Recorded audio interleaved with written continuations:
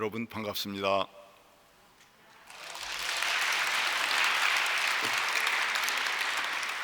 특별히 반가운 건 우리 횃불의 여러 목사님들이 지방에서 올라오셔서 낯익은 얼굴도 계시고 또 평소에 연락도 하시던 분들 계시고 그래서 어찌나 반가운지 모르겠습니다.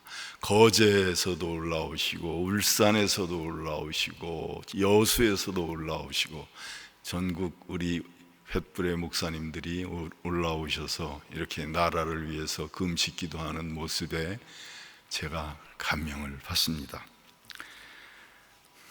저는 오늘 두려운 마음으로 이 자리에 섰습니다.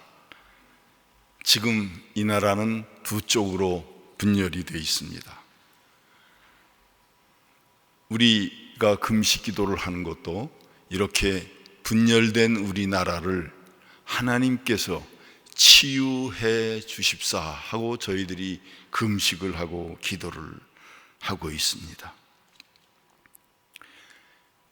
그런데 여기 참석한 분들 중에서도 개인적으로 견해나 또 소신이 이 나라가 갈라진 만큼 갈라져 있을 수가 있습니다.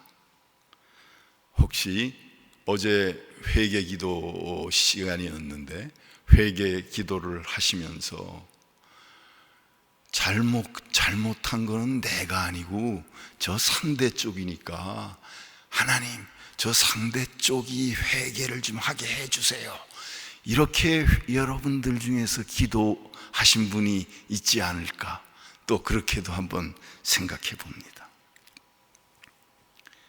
제가 이 자리에 서는 것이 두렵다 하고 말씀을 드렸는데 그 두려운 이유도 바로 제가 제 마음속에 그런 마음이 혹시 있는 거 아닌가 하기 때문에 제가 두렵습니다. 종종 하나님의 말씀을 인용해서 자기 주장만이 옳다고 아집을 펴는 경우가 종종이기 때문입니다. 따라서 우리 여기 계신 여러분들께서 저나 듣고 계시는 여러분이나 모두 자기를 내려놓고 나라 문제를 진정으로 걱정할 수 있는 겸손함을 달라고 먼저 기도해야겠습니다.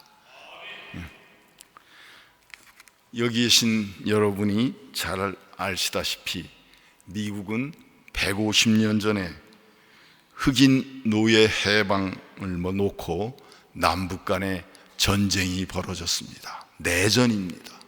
그러니까 지금 우리가 어떤 분들은 내전 상태다, 우리나라가 전쟁을 하는 것만 지금 갈라져 있다, 이렇게 얘기를 하는 분이 있는데 미국은 150년 전에 진짜로 남북 전쟁을 했습니다. 링컨 대통령은 대통령에 당선되자마자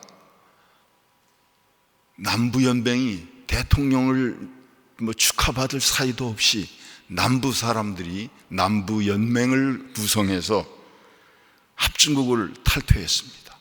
그렇게 해서 전쟁이 벌어졌습니다. 남과 북은 전쟁을 시작을 하면서도 이 전쟁이 그렇게 오래 가지는 않을 것이다 라고 서로 생각을 했습니다.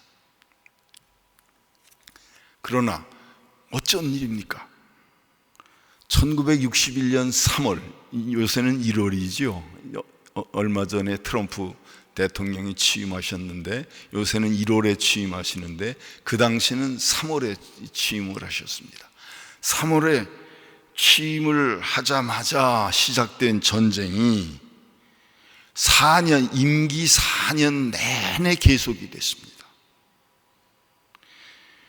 그래서 그 다음에 링컨 대통령이 재선이 됐는데 재선에서 취임을 할 때까지도 전쟁이 끝나지 않았습니다. 취임한 지 한 달쯤 뒤입니다. 1865년입니다. 일기 취임은 1861년이고요.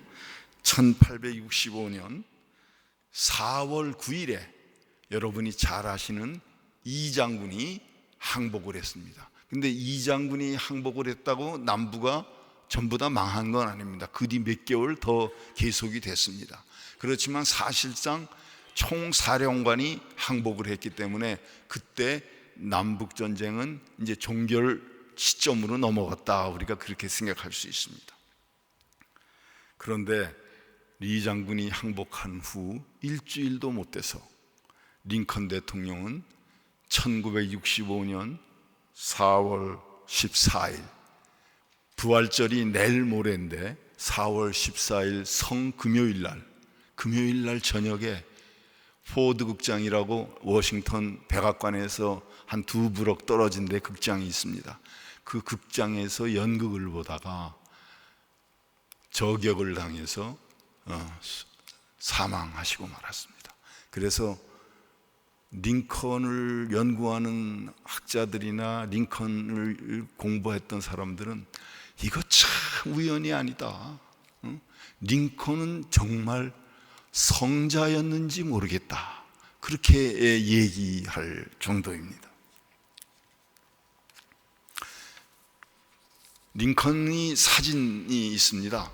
그 당시 사진이 발명된 지가 얼마 안 됐는데 링컨 사진 기록이 쭉 있는데, 링컨 사진 기록을 보면은 그 처음에 취임할 때 그 사진 50대 중반이었습니다. 사진을 보면은 링컨이 얼마나 활기차고 씩씩하고 자신 있는 그런 아주 표정이, 그런 사진이 있습니다.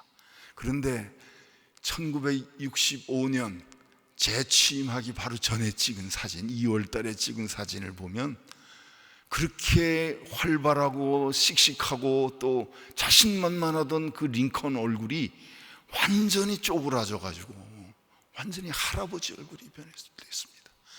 그 사진에 그게 다 나와 있습니다. 쪼글쪼글해서 이게 링컨이 맞아? 할 정도로 불면 날아갈 정도의 얼굴이 됐어요. 그만큼 전쟁으로 고민을 많이 하고 기도를 많이 한 그런 거죠. 저는 그 사진을 보면 사실 눈물이 납니다. 여러분들도 유튜브나 SNS에 들어가서 치면은 쉽게 볼 수 있어요. 요즘은 그 사진이 아주 쉽게 볼 수 있습니다. 저는 그 사진을 보면서 저 얼굴이 바로 진정한 정치인의 얼굴 아니겠나, 저는 그렇게 생각했습니다. 여러분들이 잘 아시다시피 링컨은 대통령직을 수행하면서 딱 2가지를 가지고 수행을 했습니다. 하나는 미국 헌법, 하나는 성경입니다. 2가지만 가지고 링컨은 대통령직을 수행했습니다. 링컨의 유명한 연설이 많습니다. 게티스버그 연설 여러분 잘 아시죠? 민주주의, by the people, for the people, of the people. 그 한 게티스버그 연설, 그 다음에 취임사, 재취임사, 링컨은 너무나 많은 유명한 연설을 했는데 그건 누가 중간 사람이 써준 게 아닙니다. 링컨이 직접 쓰는데, 링컨은 그런 중요한 연설 기회가 있을 때마다 한 일주일 전에 그 성경 하나, 그리고 미국 헌법, 그거 딱 2개만 들고 자기가 혼자 외딴 떨어진 곳에 가서 연설을 준비를 하는 그런 분이었습니다. 그런 분이었기 때문에 전쟁의 승리를 위해서 링컨이 얼마나 기도를 많이 했겠습니까? 링컨은 혼자만 골방에서 기도드린 게 아니고 너무너무 전쟁이 안 끝나니까 1863년 여름에는 아주 공식적으로 미국 전체에 대해서 금식과 참회의 날을 선포해가지고 이날만은 모두가 기도하자, 지금 우리 금식 기도하듯이 대한민국 전체에 이런 금식 기도를 하는 그런 게 벌어졌다면 얼마나 놀랄 일이겠습니까? 링컨은 미국의 전 국민에게 우리 금식 기도를 하자 하고 호소를 했습니다. 그런데도 전쟁이 쉽게 끝나지 않았습니다. 링컨은 고민하기 시작했습니다. 왜? 남과 북이 이게 금방 끝날 줄 알았는데 예상했던 것과는 다르게 왜 이렇게 전쟁이 끝나지 않는 것일까? 그런 고민을 하면서 링컨은 깨달은 게 있습니다. 여기에 바로 하나님의 뜻이 있는 게 아닐까라고 생각했습니다. 링컨은 그런 생각을 하면서 대통령인 자기는 대통령이니까 미국 대통령으로서 내가 전쟁도 할 수 있고 뭣도 할 수 있고 모든 사건을 조종할 수 있다는 생각도 해봤는데 사실 나는 사건을 조종할 힘이 아무것도 없구나, 그런 걸 깨달았어요. 사건을 조종할 수 있는 분은 오직 하나님이 밖에 안 계시구나 하는 것을 깨닫게 되었습니다. 여러분, 돈 많은 분들, 권력 많은 분들은 어떻게 생각하십니까? 내가 사건을 조종할 수 있다, 내가 내 마음대로 환경을 바꿀 수 있다, 그렇게 다 생각합니다. 럼스필드라는 미 국방부 장관, 부시 때 국방부 장관 했던 분이 회고록을 쓴 게 있습니다. 그 회고록을 제가 보니까 거기에 그런 얘기가 있어요. 그래서 제가 참 럼스필드가 오만한 사람이었구나, 그런 생각을 제가 했는데, 그 럼스필드가 어떻게 회고를 했냐 하면, 권력이라는 게, 힘이라는 게 뭐냐, 그건 바로 상황을 내 마음대로 만드는 거다, 그렇게 정의를 냈어요. 그러니까 미국 국방부니까 세계 최강의 나라의 국방부 장관이니까 내가 내 마음대로 전쟁도 할 수 있고 또 내가 내 마음대로 평화도 할 수 있고 그렇다, 내가 상황을 만들어낼 수 있다, 그렇게 자기는 생각한다, 그런 얘기를 자기 자서전에 썼습니다. 그러니까 링컨하고는 얼마나 대조된 그런 생각입니까? 링컨은 자신이 대통령이지만 자기 마음대로 할 수 있는 게 없다는 그 사실을 전쟁을 통해서 깨닫게 되었습니다. 이 세상의 사건을 조종하고 계신 분은 역사의 주관자이신 하나님 뿐이십니다. 섭리의 하나님이십니다. 그렇기 때문에 섭리의 하나님이십니다. 프로비던스라고 그러죠. 남쪽도 북쪽도 모두 하나님을 믿고 있었습니다. 그러니 서로들 남쪽이나 북쪽이나 하나님한테 전쟁에서 승리해달라고 기도하지 않았겠습니까? 하나님은 어떤 기도를 들어주시겠습니까? 고민이실 거예요. 남쪽도 기독교인이고 우리 하나님 자녀고 북쪽도 하나님 자녀고, 근데 둘 다 승리를 해달라고 기도하는데 하나님이 누구를 얘기를 들어줄까, 그렇게 생각하지 않겠어요? 이 자리에 계신 여러분 중에서 혹시 촛불 집회를 지지하는 분도 있고 또 태극기 집회를 지지하는 분도 계실 겁니다. 두 편은 각각 하나님한테 기도 올릴 거 아니겠습니까? 그러면 하나님은 누구 기도를 들어주셔야 되겠습니까? 링컨은 이렇게 하나님께서 양쪽 기도를 다 들어주지 않는 상황에서 링컨은 깨달은 바가 있습니다. 전쟁은 쉽게 끝나지 않겠구나. 그거는 즉 하나님이 이 전쟁을 쉽게 끝내지 않겠다는 하나님의 뜻이 있는 게 아닐까라고 생각을 했습니다. 왜? 링컨은 하나님이 우리의 큰 잘못을 제거하실 뜻이 있으신 게 아닌가, 전쟁을 안 끝내는 게 우리 잘못이 있기 때문에 그런 게 아닐까? 남북이, 이건 남쪽만이 아닙니다. 남북이 저지른 죄에 대해 대가를 지불케 하시겠다는 뜻이 있다면 이 전쟁은 사람 뜻대로 끝낼 수 있는 일이 아니다 라고 링컨은 깨닫습니다. 그 죄가 무엇입니까? 미국의 죄가 무엇입니까? 미국이 흑인 노예들의 땀을 착취하여 불을 쌌고 그들을 학대하여 많은 피를 흘렸습니다. 그런 땀과 피에 대한 그 죄에 대한 하나님의 징계다, 이렇게 생각을 했던 겁니다. 우리 한국은 지금 위기에 처해 있습니다. 촛불과 태극기가 한치의 양보도 하지 않으려 하고 있습니다. 누가 이길지도 아무도 모릅니다. 헌재가 결정을 하면 끝날 것이다. 천만의 말씀입니다. 끝나지 않을 겁니다. 오히려 헌재가 결정이 있은 다음에 상황은 지금보다 더 악화될지도 모릅니다. 우리는 누가 옳고 그르고를 따지기 전에 이 탄핵이라는 상황을 만드신 하나님의 뜻이 무엇인가를 먼저 살펴보아야 한다고 저는 생각합니다. 촛불을 킨 사람이나 태극기를 든 분이나 우리가 크리스찬이라면 회개할 일이 무엇인가 라고 먼저 살펴야 되겠습니다.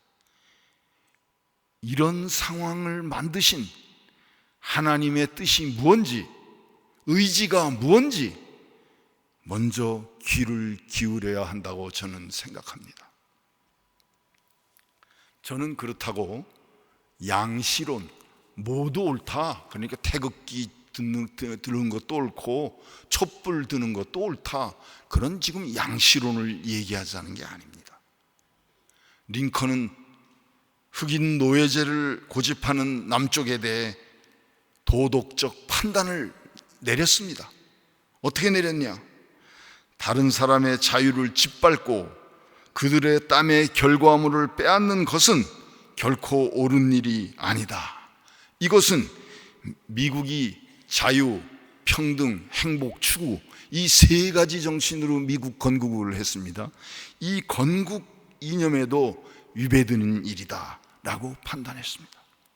내 자유가 소중하듯이 다른 사람 자유도 소중하다. 미국이 우리 백인들의 자유가 중요하면 흑인들 자유도 중요하다. 내 행복이 중요하면 다른 사람 행복도 중요하다. 이거를 알아야 된다는 겁니다.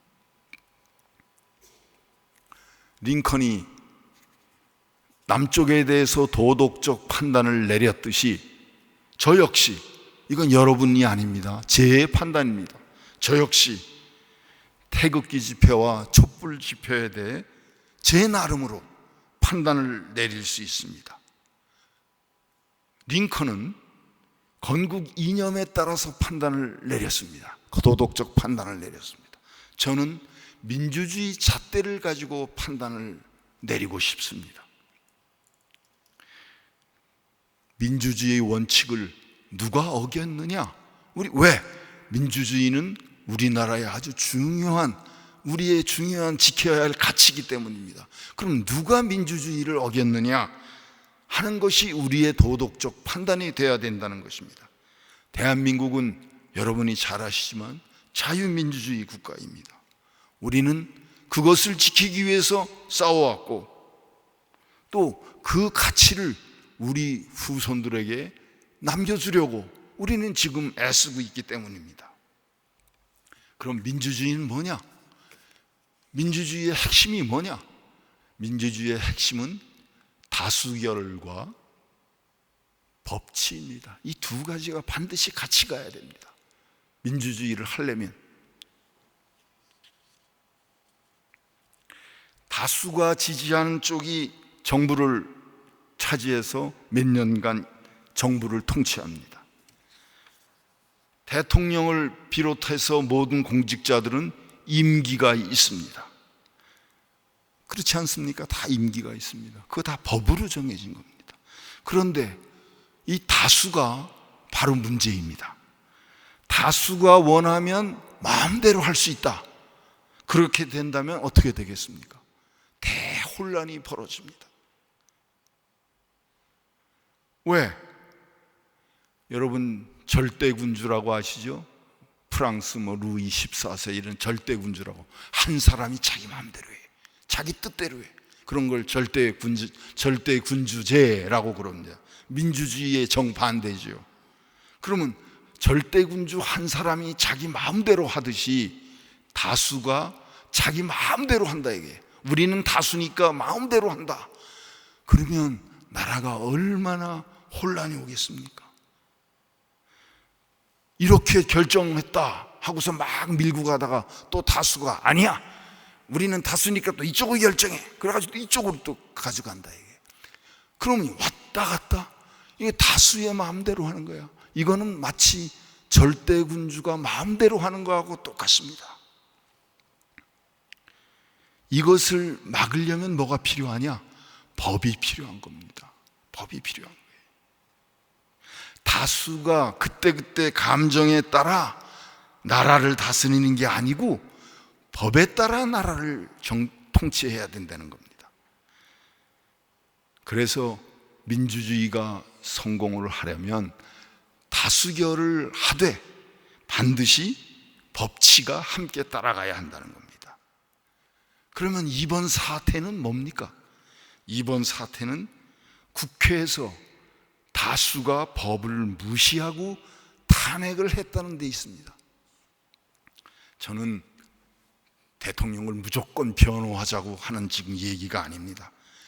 대통령도 잘못이 있으면 그것은 법대로 처리하면 됩니다.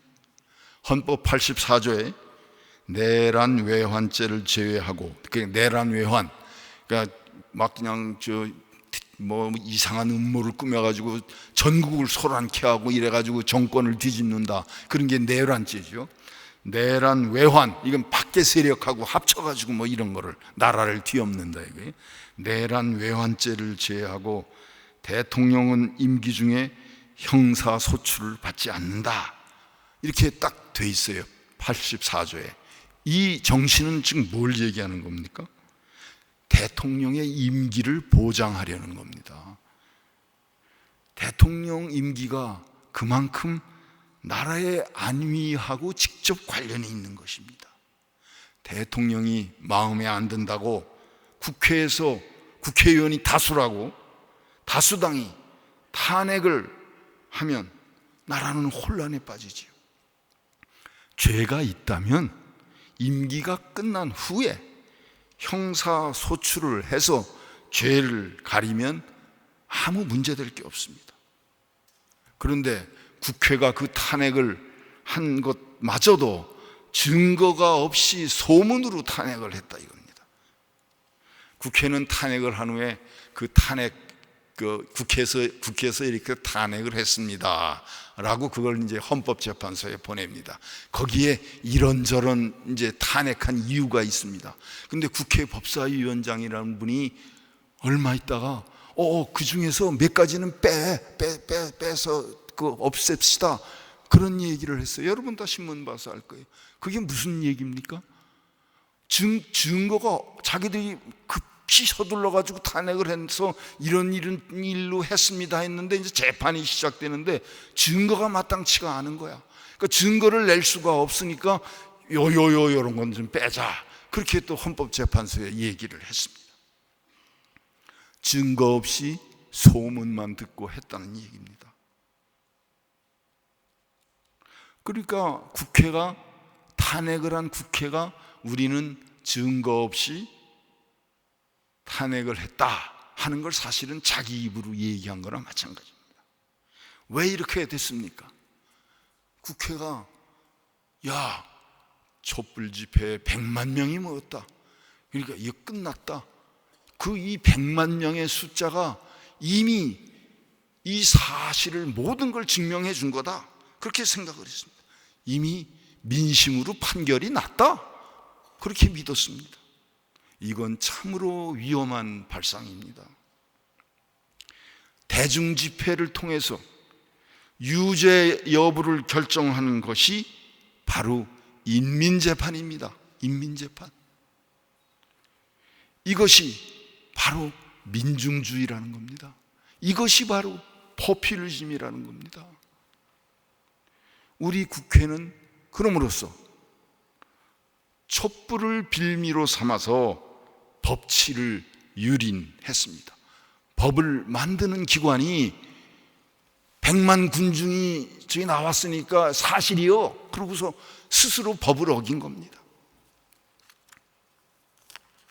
저는 그렇게 생각합니다.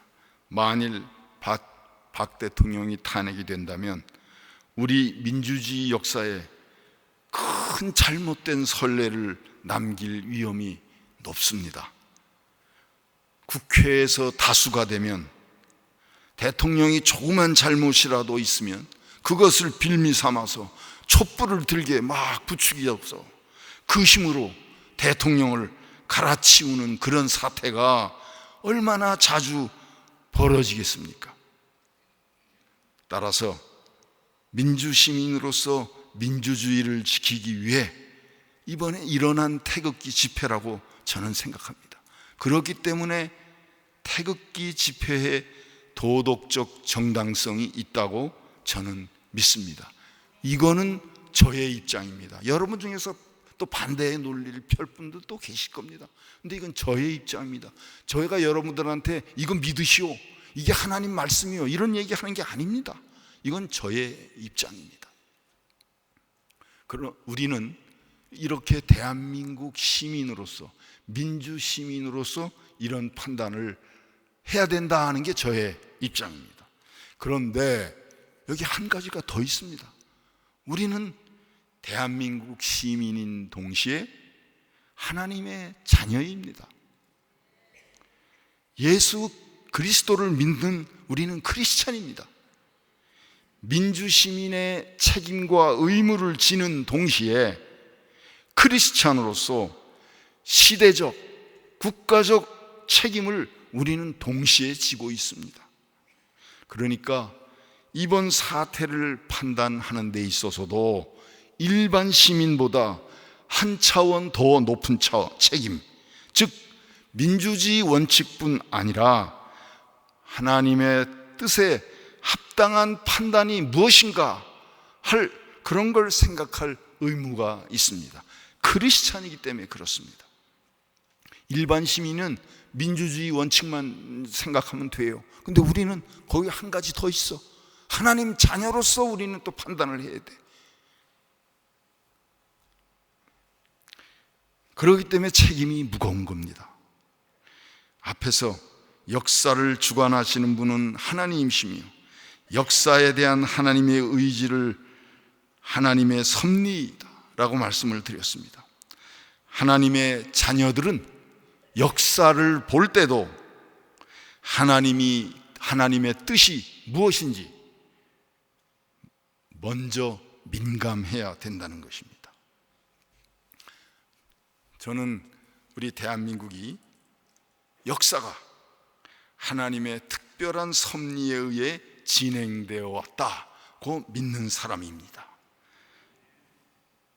죄송하지만 제 얘기를 잠깐 하겠습니다. 제가 바로 이 자리에서 우리 대한민국 역사는 하나님의 섭리에 의해서 이끌어지는 게 대한민국 역사다라는 말씀을 드렸어요. 우리 교회 권사님들, 여성 성도분들 모인 데서. 그런데 그것이 어떻게 흘러나가서 제가 총리에 내정이 됐을 때 정치인들과 일부 언론이 저의 역사관이 잘못됐다, 그렇게 해서 저를 비난했습니다. 엄청난 비난을 했습니다. 그래서 저는 내정자에서 제가 물러났습니다. 그게 저는 서운하다고 지금 말씀드리는 게 아닙니다. 잘 아시다시피 우리는 일본의 나라를 빼앗겼습니다. 그 나라를 찾게 해주신 분이 누굽니까? 하나님입니다. 그게 우리가 분명히 알아야 되는 거예요. 우리가 나라를 찾은 게 아닙니다. 나라의 독립을 위해서 애쓴 분들은 누굽니까? 대부분 크리스찬들입니다. 내후년이면 2019년입니다. 1919년에 3.1운동이 일어났는데 3.1운동 100주년이 내후년입니다. 그 3.1운동을 누가 했습니까? 대부분이 크리스찬이 했습니다. 33인 중에 16분이 크리스찬입니다. 독립선언서에 서명한 분이. 물론 불교의 한용운 선생님도 계시고 천도교의 손병희 선생도 계십니다. 근데 그분들은 그 3.1운동 역사를 공부해 보면 기독교 측에서 전국적인 이 호응이 있다는 걸 보여주기 위해서라도 여러 종교가 다 같이 하면 좋겠다. 그 계획하시는 분들이 그래가지고 그런 분들도 같이 참여하게 하신 겁니다. 3.1운동 역사를 보면 전국 각 교회가 주도를 했습니다. 대부분이 기독교인이었습니다. 이거는 제가 그냥 제 마음대로 제가 장로니까 기독교를 이렇게 높이려고 뭐 이런 얘기가 아닙니다. 여러분 가서 서류 직접 역사를 보면 다 나와 있습니다.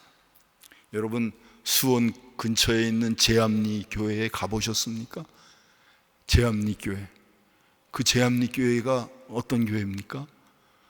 그 동네에 교회가 하나인데 일제 순경이 3.1운동 있은 후에 그 동네 교인들이 3.1운동에 주도를 했습니다. 그러니까 교인들은 다 교회로 모여라. 그래서 교인들이 순사가 와서 모이라 그러니까 교회로 다 모였습니다. 그러 일본 순사들이 그 교인들을 다 교회에 몰아넣고 못을 딱 박아서 못 나오게 하고 거기다 불을 질렀습니다. 수십 명이 산채로 거기서 다 순교했습니다. 산채로. 그게 지금 수원 가시면 여러분 금방 볼 수 있어요.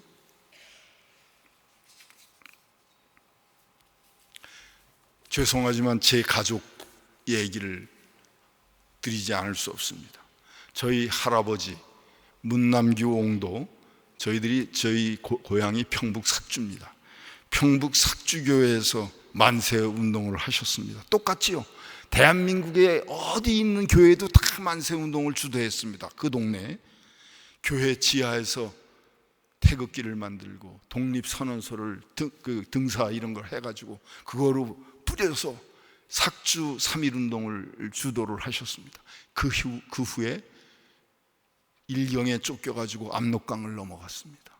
압록강을 넘어가셔가지고 대한독립단에 가입을 하셨습니다. 그러고 한 2년 뒤에 그 대한독립단 일원으로 삭주로 다시 내려오셨습니다. 그래서 거기서 전투를 벌였습니다. 일본 경찰하고 군인하고. 그래서 거기서 전사를 하셨어요. 저희들은 몰랐습니다. 근데 이게 그 당시 상해 임시정부에서 발행하는 독립신문에 이게 이렇게 났어요. 그래서 우리 보훈처가 그런 걸 보다 보니까 이런 분이 있는 걸 몰랐네. 신문을 보고서 이런 분을 독립지사니까 이런 분을 독립훈장을 안 줄 수가 없다. 그래서 우리 할아버지한테 대한민국 건국훈장 애국장을 주셨어요. 추서를 하셨어. 2010년에. 저희들은 까맣게 몰랐죠. 근데 너무나도 우연하게 제가 총리 후보로 내정이 돼서 가서 있는데 저보고 친일 역사관을 가지고 있다 어쩐다 그러니까 제가 우리 총리실 직원분들께 내가 잘 모르지만 우리 할아버지가 3.1운동 때 돌아가셨다는데 그거에 대해서 한번 알아봐 줄 수 있겠습니까? 근데 그 다음날로 왔더라고. 바로 그 할아버지께서 바로 2010년에 건국훈장 애국장을 받으셨습니다. 그렇게 보고를 하더라고요. 저는 깜짝 놀랐어요. 우리 아버지가 그걸 했나? 그 당시는 일제 치하기 때문에 만일 그 독립군으로 와가지고 전투하다가 돌아가셨다는 걸 알면 그 가족들은 얼마나 피해를 받겠습니까? 그렇게 쉬쉬했던 거예요. 저는 이 100년 후에 드러난 이 사건을 보면서 진짜 소름이 돋았습니다. 하나님은 100년 후라도 드러내실 것은 드러내신다 하는 그런 저의 믿음이 이제 생겼습니다. 마치 하만에게 죽게 되었던 에스더의 모르드게의 그 사건하고 비슷하지 않습니까? 독립 후에 우리는 그런 독립운동을 거쳐서 우리는 해방이 됐습니다. 그런데 우리 독립이 누가 1945년 8월 15일에 독립이 된다, 누가 알았습니까? 아신 분이 하나도 없었습니다. 하나도 없었습니다. 독립은 정말로 하늘에서 뚝 떨어졌습니다. 이거는 제 얘기가 아니고 그 당시의 표현이 독립이 하늘에서 떨어졌다. 그건 무슨 얘기예요? 독립은 하나님이 주셨다는 얘기예요. 최남선 선생, 이광수 선생, 윤치호 선생, 이런 분들이 왜 끝에 가서, 처음에는 다 독립을 위해서 열심히 일을 했어요. 왜 끝에 가서 나라를 배신했습니까? 이분들은 하나님에 대한 그런 믿음이 없었어. 사람 판단을 한 거야. 보니까 일본이 너무너무 강한 나라야. 그러니까 일본이 이렇게 강하니까 우리는 독립이 멀었다, 안 된다. 그래서 일본이 하라는 대로 했습니다. 사람 판단을 믿어서 이런 큰 실수를 저지른 겁니다. 하나님의 판단을 우리는 기다려야 되는데 자기 판단으로 지금 그런 일을 저지른 겁니다. 6.25 때는 어떻습니까? 대한민국은 여러분 잘 아시지만 아시아 대륙의 제일 끝에 있습니다. 여러분, 얼마 전까지만 해도 소련이 있을 때 아시아 대륙 전체가 빨간색입니다. 소련도 빨간색, 중공도 빨간색, 이쪽도 다 빨간색이야. 그런데 유독 대한민국, 이 대륙의 맹장같이, 맹장 끝에 요만큼 붙어 있는 거, 그것만이 아시아 대륙에서 유일하게 파란색입니다. 이거는 지정학적으로는 불가능한 얘기예요. 우리는 당연히 빨간색이 돼야 되는 거야, 지정학적으로 보면. 그런데 그거 어떻게 남겨졌습니까? 하나님이 우리를 남겨주신 겁니다. 하나님이 미국을 우리한테 붙여줘서 우리가 공산화가 안 되고 그나마도 자유민주주의 체제를 유지할 수 있었던 겁니다. 경제는 어떻습니까, 여러분? 세계에서 꼴찌의 나라예요. 145개국이 있었는데 1847년 145등이야. 그렇게 못 살았어요. 여러분들 중에 나이 많은 분들은 다 잘 아실 겁니다. 우리 다 우유가루, 강냉이가루 이거 배급받으면서 살았습니다. 그거로 우리가 변토 싸가지고 점심 싸가지고 학교 갔습니다. 그런데 그런 나라가 세계 10번째 나라가 됐습니다. 세계 사람들은 모두, 진짜로 모두 대한민국이 기적을 이루었구나. 근데 기적이 뭡니까? 기적은 사람이 할 수 없는 일이 일어났을 때 기적이라 그러지 않습니까? 대한민국이 이렇게 경제가 된 게 기적이다 하는 얘기는 우리가 했다는 얘기입니까? 아닙니다. 기적이 일어났다는 얘기는 하나님이 하셨다는 겁니다. 하나님을 믿지 않는 사람들은 이해 못할 겁니다. 우리 크리스찬들은 바로 이해가 갑니다. 왜 이렇게 번영된 민주국가를 만들게 해주셨습니까? 하나님의 뜻이 있었기 때문입니다. 이 나라는 하나님이 만들어 주신 것이기 때문에 크리스찬들은, 특별히 크리스찬들은 그 자유와 번영을 지킬 의무가 있습니다. 1882년 조미 통상조약, 그러니까 조선과 미국이 통상조약을 맺었습니다. 우리나라가 문호를 개방했습니다. 그때까지는 아무도 못 들어왔습니다. 전부 다 기독교인을 탄압해서 미리 들어온 선교사들은 다 많이 죽음을 당했습니다. 그때 아펜젤러 언더우드 선교사가 우연하게 1884년에 인천으로 들어왔습니다. 아펜젤러 선교사님은 이미 나는 일본으로 선교사를 가겠다라고 신청서까지 다 낸 분이었습니다. 언더우드는 나는 인도로 가야겠다, 인도 선교사를 마음을 작정을 했습니다. 그런데 이 두 분이 성령에 이끌려 행선지를 조선으로 바꿨습니다. 그거는 하나님께서 강권적으로 하신 거죠. 갑자기 나는 조선으로 가야 되겠는데 그런 생각을 하게 된 겁니다. 그 선교사님들 덕분에 조선은 깨어나게 됐습니다. 우리는 자녀들을 교육시켰습니다. 독립정신을 길렀습니다. 애국심을 배웠습니다. 양반 쌍놈 하던 그런 양반 쌍놈 체제에 평등하게 모두 하나님의 자녀다 하는 평등의식을 우리는 배웠습니다.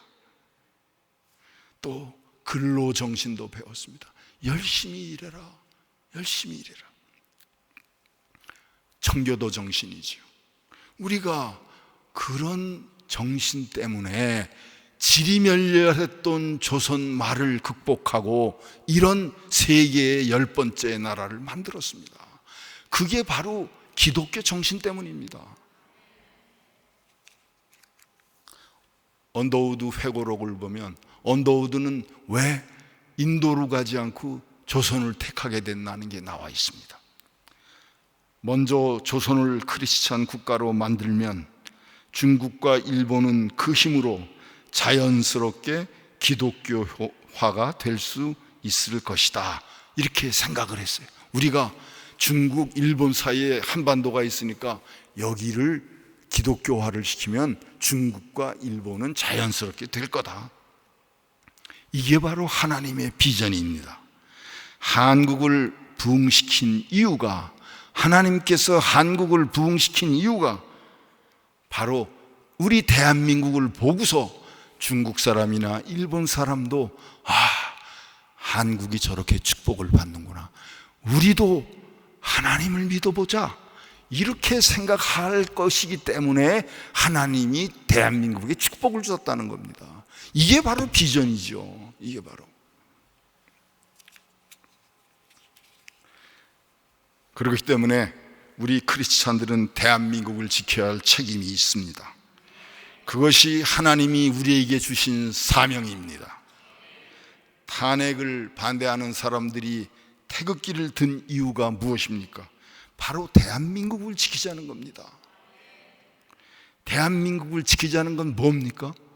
대한민국이 아끼고 지켜야 할 때는 그런 가치를 지켜가자는 겁니다. 그 가치가 무엇입니까? 우리에게는 자유가 있습니다. 우리는 인권을 소중하게 생각합니다. 누구에게나 기회가 평등하게 제공됩니다. 그래서 우리 다 자유대한이라고 부르지 않습니까? 자유대한이라고 부르지 우리가 뭐라고 부릅니까? 자유가 있다는 말은 바꿔 말하면 무슨 말입니까? 종교의 자유가 있다는 말입니다. 하나님을 마음껏 우리가 찬양 올릴 수 있는 그런 자유가 있다는 얘기입니다. 우리가 공산화가 되면 그런 자유가 있겠습니까? 중국이나 북한에 종교의 자유가 있습니까? 물론 탄핵을 찬성하는 사람 모두가 그렇지는 않겠지만 그들의 구호를 보면 그 중에는 친북, 용공 세력들이 분명히 있습니다. 선의로 촛불을 든 사람들이 그들에게 이용당할까 걱정입니다. 그래서 경고의 태극기를 든 겁니다. 이제 마무리를 해야 할 때입니다. 앞으로 우리는 어떻게 해야 될까요? 제 의견입니다. 제 의견을 말씀드리면 저는 헌재가 기각결정을 내려야 한다고 생각합니다. 말씀드린 대로 국회가 증거가 부족한데도 탄핵을 결의한 것 자체가 잘못된 것이기 때문입니다. 지금 왜 이렇게 탄핵을 빨리 몰아붙입니까? 대통령 선거는 왜 그렇게 빨리 하려고 그럽니까? 무슨 벚꽃이 피면 대통령 선거를 하자, 왜 이렇게 빨리 하려고 그럽니까? 탄핵이 될지 안 될지 그것도 지금 모르는 상황 아닙니까? 그런데 대통령 하겠다는 후보들은 지금 다 나와서 선거운동하고 있습니다.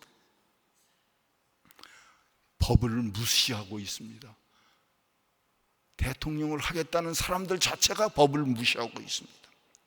이것이 공정한 게임이라고 생각하십니까?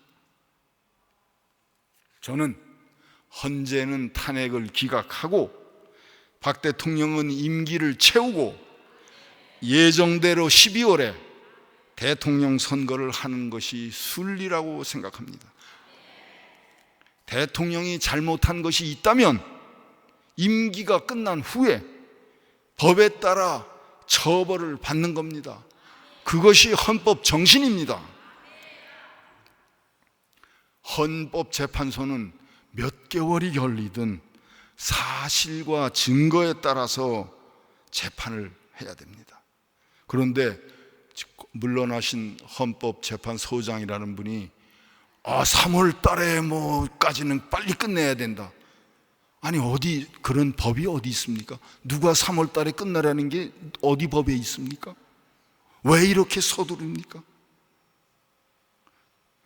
헌재는 증거에 따라서 재판을 하면 됩니다. 정치적 고려를 할 필요가 없습니다. 그렇게 해서도 안 됩니다. 헌재에는 그런 권한이 없습니다. 예수님은 남을 판단치 말라고 했습니다.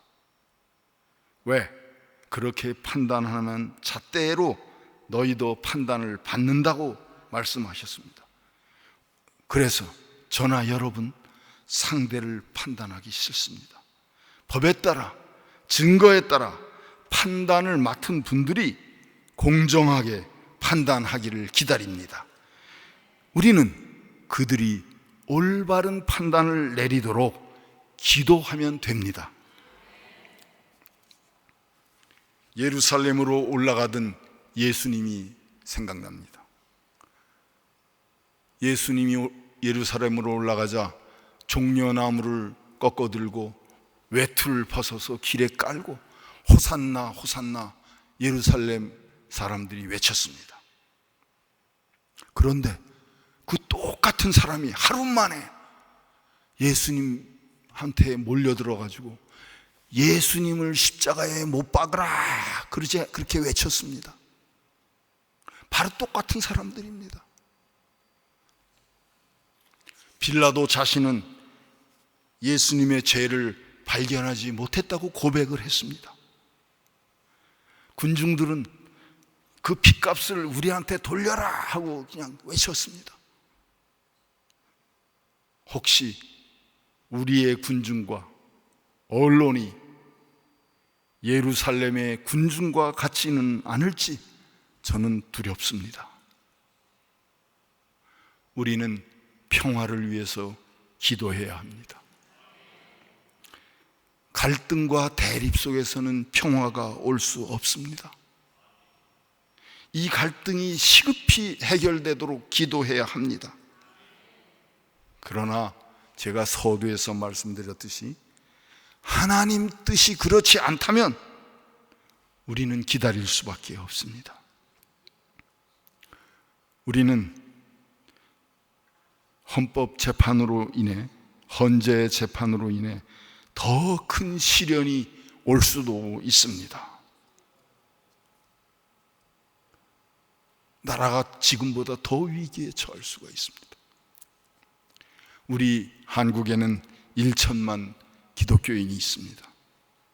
우리는 크리스찬들이 지금껏 무엇을 해왔는지 돌아봐야 합니다.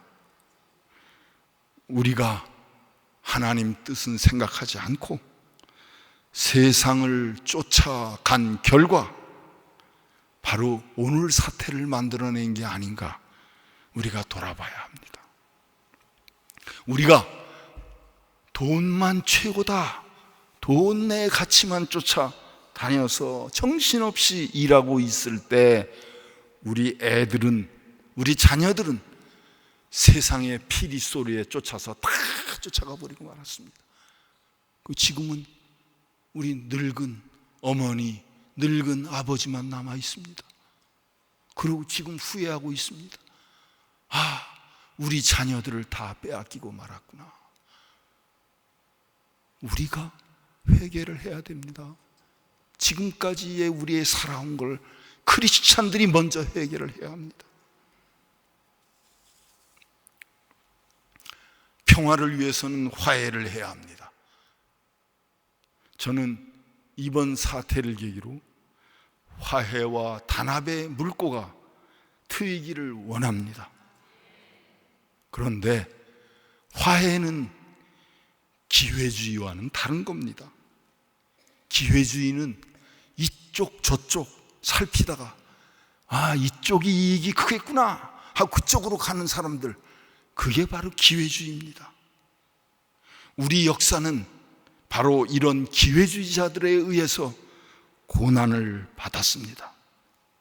하나님께서는 차지도 덥지도, 예수님께서는 차지도 덥지도 않으면 뱉어버리겠다고 말씀하셨습니다.